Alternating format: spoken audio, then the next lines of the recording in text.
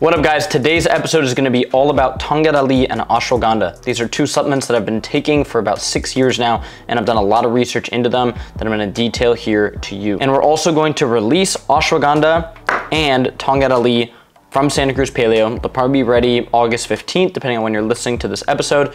Packaged in glass, these are the best sources of Ashwagandha and Tongkat Ali that we could find. We went through many different sources, testing different sources, and you'll see here in this podcast that it is important the source that you get for Ashwagandha and Tongkat Ali, and they each have unique benefits in terms of stress hormone profile, your testosterone profile. They are amazing supplements, which you will hear from all the information detailed today, and you can get them on Amazon. Just search Santa Cruz Paleo, Tongkat Ali, and Ashwagandha. Let's get into it. Let's get into the science. Let's go. This right here is Tongkat Ali. Let's get into what Tongkat Ali is. You've probably heard about it already, but Tongkat Ali, also known as Urcoma longifolia or Malaysian ginseng. It's a flowering plant native to Southeast Asia, particularly found in Malaysia, Thailand, Indonesia, and also in some other areas, but those are the main areas where it's found. And it's been a popular medicinal herb for an extremely long time. We don't really know how long human beings have been using this herb for, but it's been thousands and thousands of years. Now it's been studied, and the compounds in it are studied because they increase free testosterone levels, they improve male fertility, and they also help modulate stress. But we're going to get into the science and actual studies behind that right now. Tongkat Ali contains an important derivative of a quasinoid called urcomamone. Urcomamone works by preventing the conversion of testosterone to estrogen, so you can start to see why this might be beneficial for many people. This helps maintain higher levels of testosterone in the body. You don't want no estrogen, and it's not something that you're going for. You're not going for an elimination of estrogen. Estrogen also helps with actually your sex drive, it helps with your bone density, it helps with a lot of things, your emotions, your mood, but you don't want an insanely high level of estrogen in comparison to testosterone. The active compound in Tongkat Ali appears to inhibit this enzyme called phosphodiesterase, which can have further positive effects on testosterone levels. For comparison, Viagra also inhibits this same enzyme, so Tongkat Ali may act in a similar fashion as Viagra, but unlike Viagra, Tongkat Ali is completely natural, it's not synthetic. The quality of Tongkat Ali is gauged by how much this compound, this urcomamone, it contains. So when you're just buying random Tongkat Ali, if it doesn't contain a lot of this compound, like we've tested our Tongkat Ali for, you're just kind of wasting your money, honestly. So it is key that you go with a good source of Tongkat Ali. Doesn't have to be ours, but it should be a trusted source. A lot of the hype around Tongkat Ali really began in this 2013 study, which was a rat study, but listen, rat studies, while some people say, oh, they're completely invalid, they're not. They're actually very valid, and if you talk to any researcher, they will say rat studies are valid. But this 2013 study, they took rats, and what they basically did, to simplify it, is they gave them Tongkat Ali. They gave them this active compound in Tongkat Ali that we're going for, and after a couple hours, they measured the levels of testosterone and estrogen, and the results of this experiment showed that the supplementation with Tongkat Ali increased testosterone production by inhibiting the enzyme aromatase, which you don't want to basically convert your testosterone to estrogen.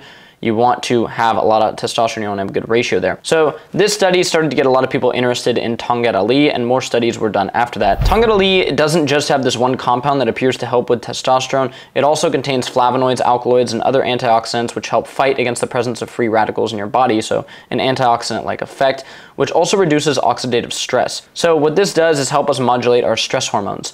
We know that cortisol is catabolic to testosterone, meaning excess cortisol is not good for your testosterone levels. So we're going to look into what Tongkat Ali can do for just stress overall. And when I say stress, I mean various types of stress. You could be sitting in traffic, you could have a big assignment in school or work.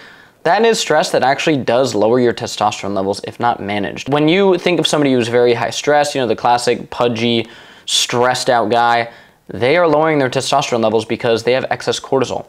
Again, cortisol isn't good or bad or evil, but the right level of cortisol is key. So we look at another study from 2013 published in the National Library of Medicine. And what this study did is it took a look at the effects of Tongkat Ali supplementation on these stress hormones and the physiological mood states in the stressed individuals that they studied. 32 men and 31 women were screened for moderate stress, and then they were given either a Tongkat Ali extract or a placebo. So this is a placebo-controlled study. After the trial, significant improvements were found in the group consuming the Tongkat Ali. The results were as follows: an 11% reduction in tension, a 12% reduction in anger, and a 15% reduction in confusion. Obviously, the way they did this study is serving the people, you know, how do you feel, then after the placebo or the control group. But it's very interesting to see that this is a placebo-controlled trial, and the group taking the Tongkat Ali reported a reduction in stress. That's amazing. They also did take their cortisol and testosterone levels, and they were significantly improved by Tongkat Ali supplementation. 16% reduction in cortisol, increased testosterone, 37%. This is one of the best studies on Tongkat Ali, and I'll tell you why. This is a placebo-controlled study where they took their salivary stress hormones. So you have one group taking Tongkat Ali. You have another group not. In the group that took Tongkat Ali, 37% increase in testosterone, a lowering of that salivary cortisol, which is your body's main stress hormone, and in addition to that, self-reported less stress, less tension, less anger. That is excellent. That is really what we're going for in this stressed modern world. This is why I take Tongkat Ali personally, and I think it's a really good supplement. People ask me about it all the time. I say it's a great supplement. The results from this study basically indicate that Tongkat Ali may be a great stress modulator and can basically shield the body against modern day stress. You have a big homework assignment, you got a big work assignment, you need to work out, which is also a stress. It might be something that you want to take. We then get into some studies on fertility, because then they started to realize, hey, this might be useful for fertility. It's been used for fertility in these traditional cultures. Fertility is a big issue. I mean, we're talking almost 20% of couples in the United States cannot get pregnant. The woman cannot get pregnant, either from the issue with the sperm and the man, or issues with the woman being infertile. This is a huge issue, and I think it's a clear sign of something that's going on with our health, but that's for another topic. We look at this study published in the National Library of Medicine that investigated the effects of Tongkat Ali in fertility. 75 men with infertility. They had been unable to achieve pregnancy with their partners before the trial, and after the trial, 11 of the 75 men studied that took Tongkat Ali achieved spontaneous pregnancies. That's amazing, first of all. They took the sperm per milliliter after treatment, which was a dosage of Tongkat Ali daily, and they showed a 65.5% increase in sperm concentration. That is amazing. That's an amazing study right there. Like, this herb, this flowering plant is doing something, okay? So there are many more studies on Tongkat Ali. I'm not going to get into every single one right now, but I think it's pretty clear that this does increase testosterone. Now, how do we use Tongkat Ali? What is the best way to use Tongkat Ali? We've detailed that it increases testosterone in many people and decreases salivary cortisol, which is an excellent profile for just having robust levels of testosterone. When I take it, I notice it. I feel like my testosterone is higher. Now, the big question is, do you cycle Tongkat Ali? I actually do. Now, the cycle doesn't have to be like one of these cycles for people doing anabolic steroids or something like this, because I do not think it is as intense. We see with anabolic steroids, people raising their testosterone, tripling it. It's insane. It's insane what people do with that. And if you're going to do that, you should have some very detailed protocol. I just don't think you should do it in general unless you're really old. With Tongkat Ali, I like to do about 6 to 8 weeks on, 2 to 3 weeks off. That's how I do it. You don't have to cycle this. There's been some studies in this. Same thing with ashwagandha, which we're about to get into, but you do not have to cycle Tongkat Ali if you really feel good taking it every day. I do not think that this would increase your testosterone so much that it signals to your body to shut down testosterone production like exogenous testosterone supplementation would. So I like to do 6 to 8 weeks on, 2 weeks off. I think that's fine for a lot of supplements. If you go off supplements, and this is really dumb of me to say because I run a supplement company, but if you take, creatine even, for example, I take creatine every single day. I do not cycle it. But when somebody says, hey, I do, 10 weeks on, 1 week off, I don't really see an issue with that. I do not think the body is going to break down if it doesn't get its creatine. I don't think the body is going to break down if you take a break from Tongkat Ali, obviously. So I like to cycle it 6 to 8 weeks on, 1 week off. The next supplement we're going to talk about, and we're going to get into the science behind it. Does it work? Is it effective? When should you take it? How should you take it? Is ashwagandha. Ashwagandha actually went very viral a year ago. I've been using this supplement for 8 years. I've been taking ashwagandha, but it went very viral a year ago with people saying that it significantly reduced their stress, that it made them like sexually like a beast. Like that was really how it went viral. The guy is saying, dude, I take this, I feel amazing with my girl, all that type of stuff, and there is a lot of science behind that. We're going to get into that. And then it sort of went viral because people said they were taking it and they were feeling emotionless. Okay, so let's get into it. It's also been talked about as a testosterone booster, and we're gonna discuss that. So we do have ashwagandha available if you want to try it out. But what is ashwagandha? What's going on with it? It's scientifically known as Withania somnifera. It's a popular medicinal herb that has been used for centuries in traditional Ayurvedic or Indian medicine. This is near and dear to my heart as somebody who's half Indian. My grandma practices Ayurvedic medicine all the time. She's actually a Western doctor. She's an MD, but Ayurveda is just the type of Indian medicine that's been around for thousands and thousands of years. So ashwagandha is native to the Indian subcontinent, but it also grows in Africa and probably some other subtropical regions naturally. It's commonly known as Indian ginseng, which is very interesting because we just talked about another type of ginseng right here, or winter cherry, ashwagandha is also referred to as. It is an adaptogenic herb. What does this mean? You hear this a lot, adaptogens. We sell another product from Santa Cruz Medicinals, CBD adaptogenic caps. An adaptogen is something that is known to help the body adapt to stress.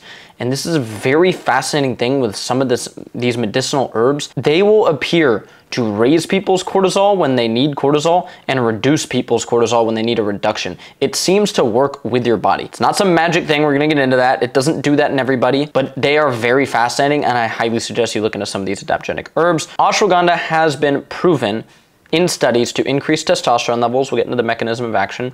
Improve oxygen intake capacity, meaning your cardiovascular health basically, and promote heightened athletic performance. So let's get into it. Ashwagandha is a known adaptogen that appears to modulate our body's HPA axis, which is our hypothalamic pituitary adrenal axis. In an 8-week randomized double-blind placebo-controlled study published in 2019, 250 milligrams of ashwagandha was administered to a group of 60 adults for 60 days.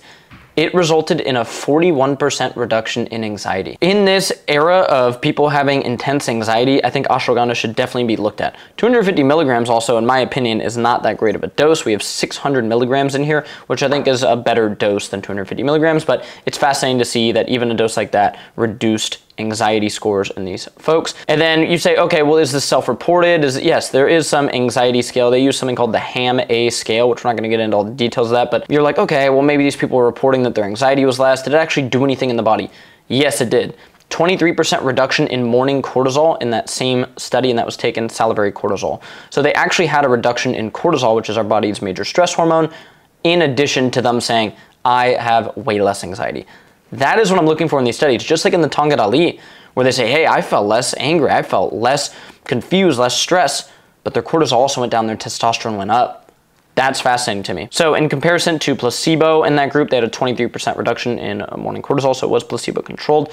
Very interesting right there, what's going on with it. We then get into some more studies on cognition and focus. So ashwagandha, it has been shown to possess antioxidant, anti-inflammatory, and neuroprotective, and possibly antidepressant effects. Why is that? It appears that it's acting as an acetylcholinesterase inhibitor. Acetylcholinesterase is an enzyme that breaks down acetylcholine in the brain, which is one of your primary neurotransmitters.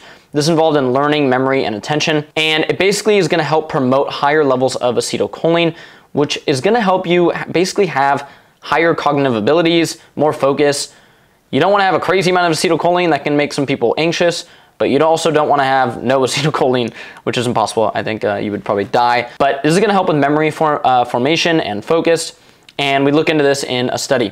Another randomized double-blind placebo-controlled study here, and we up the dose a little bit in this one. 50 adults above the age of 35 are given 300 milligrams of ashwagandha root twice daily, so we get to that 600 milligram dosage, or a placebo for 8 weeks. The results indicated that the group taking ashwagandha experienced significant memory and associative memory function by an average of 36%, basically an increase in their memory, their recall. This is evaluated by some verbal paired tests that they do that are pretty good markers of memory, and they also reported an increase in concentration abilities, 9% increase in concentration, deemed by the Mackworth clock test. So again, these people were brought in, they were given ashwagandha or a placebo. The group given ashwagandha experienced an increase in memory, concentration, word recall, all that type of stuff. Your brain is firing when you take this stuff. You are more intelligent when you take this stuff. So that's all cool. You guys are probably like, okay, so I can take this and my brain's kind of, on fire. Maybe I'll be less anxious. That's cool. Let's get into what you really care about, muscle strength and testosterone. Ashwagandha.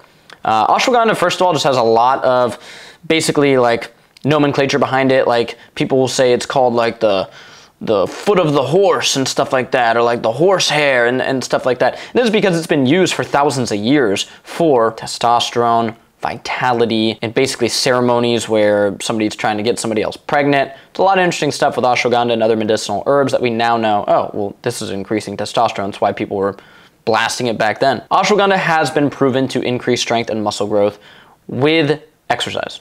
Okay, so you cannot just chill and take ashwagandha and get jacked. It's not gonna work. But let's look into it. A study published in the 2015 Journal of International Society of Sports Nutrition looked at the effects of ashwagandha dosage on strength and recovery in 57 adults, half of which supplemented with 300 milligrams of ashwagandha. The other half received a placebo. So again, a placebo-controlled trial. The people that say, oh, are supplements bullshit?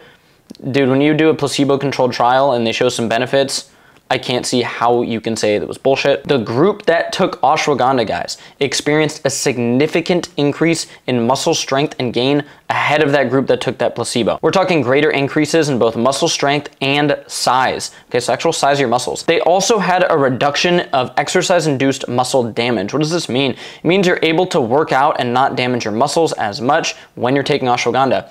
This indicated that the recovery had been substantially more effective when they were taking ashwagandha. They also had a greater reduction in body fat percentage than the placebo group. So here we have a 2015 study. This is amazing. Placebo-controlled. They were basically given 300 milligrams of ashwagandha, and the group that took that recovered better. Their muscles got bigger than the group that didn't take ashwagandha, and they actually had less muscle damage when they were working out. That's amazing to me. Why did that happen? It appears that ashwagandha is able to lower our cortisol. This is why I like to take ashwagandha in the afternoon. I do not take it pre-workout. I do not take it first thing in the morning when I actually want to have high cortisol. Cortisol is not evil. I don't take it before jiu-jitsu practice. I don't take it right before a sporting event. I take it after. I take it in the evening. And this is going to help my body recover better. So it's a really good supplement to take in the afternoon, in my opinion. In that study, guys, we get into the thing that everybody loves, bench press. The group that took ashwagandha was able to bench more than the group that didn't take ashwagandha. So that's amazing right there. Again, placebo-controlled study. Muscle size. The group that took ashwagandha, their arms grew faster than the group that didn't take ashwagandha. Then we get into exercise-induced muscle damage, testosterone levels. The ashwagandha group had a greater increase in testosterone levels compared to the group that did not take ashwagandha. Body fat percentage. The ashwagandha group in this 8-week protocol lost more body fat than the group that did not take ashwagandha. 3.5% ashwagandha, 1.5% placebo. Okay, now we're gonna get into energy, VO2 max, and aerobic activity. So for any actual athletes out there that are doing some type of sport, or maybe you're a runner, or maybe you just want better cardio when you're lifting weights, or maybe you're in a cut right now and you're doing a lot of cardio with your weightlifting, you wanna breathe better, you don't wanna be out of breath. Can ashwagandha help with that? There was actually a really recent study on this in 2021, and it looked at 50 athletic adults, with half of them receiving 300 milligrams ashwagandha twice per day, getting to the 600 milligram dose that we have right here in our Santa Cruz Paleo Ashwagandha. And this is another 8-week study. The group that received ashwagandha showed a significant improvement in their VO2 max compared to the placebo group. So it's very good. VO2 max is a really clear marker of cardiorespiratory fitness, and as well as basically deems how well you recover.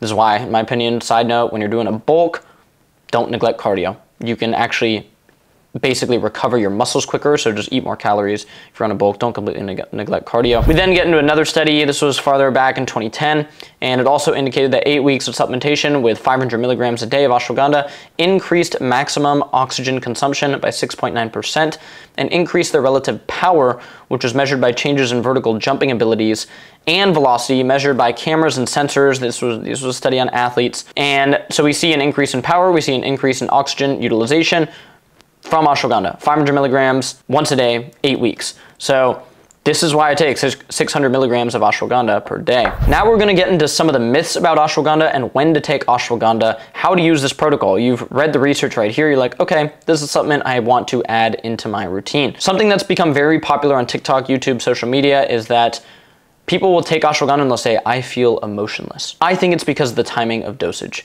You wanna have high cortisol when you wake up and throughout the beginning of your day, and then you want that cortisol to drop down. And if you have high cortisol at 9 p.m., you're screwing yourself over, okay? You're gonna have impaired sleep, you're gonna have impaired recovery.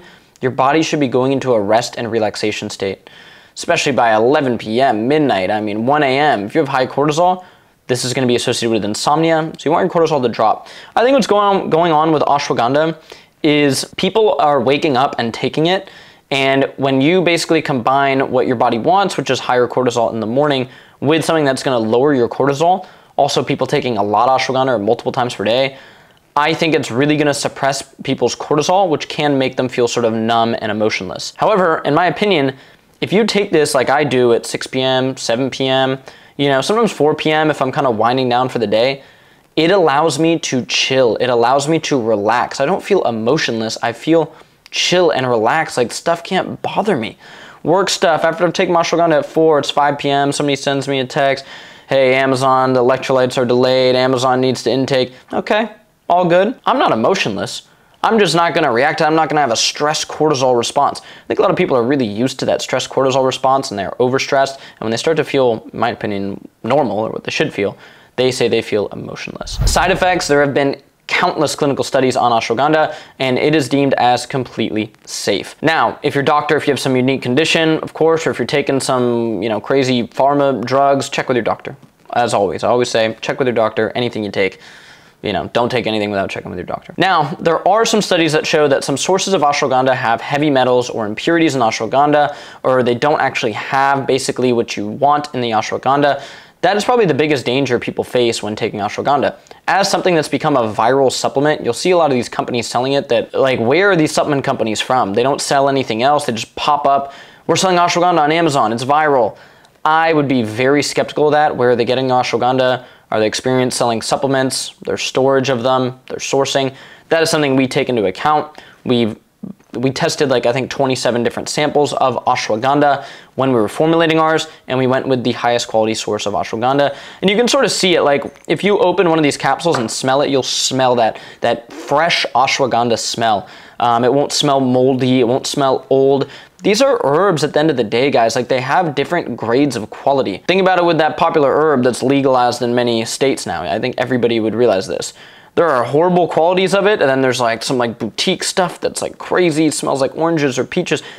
There are different qualities of herbs, and we do the highest quality stuff. When we look into liver injury with ashwagandha, we do not see that in normal use of ashwagandha.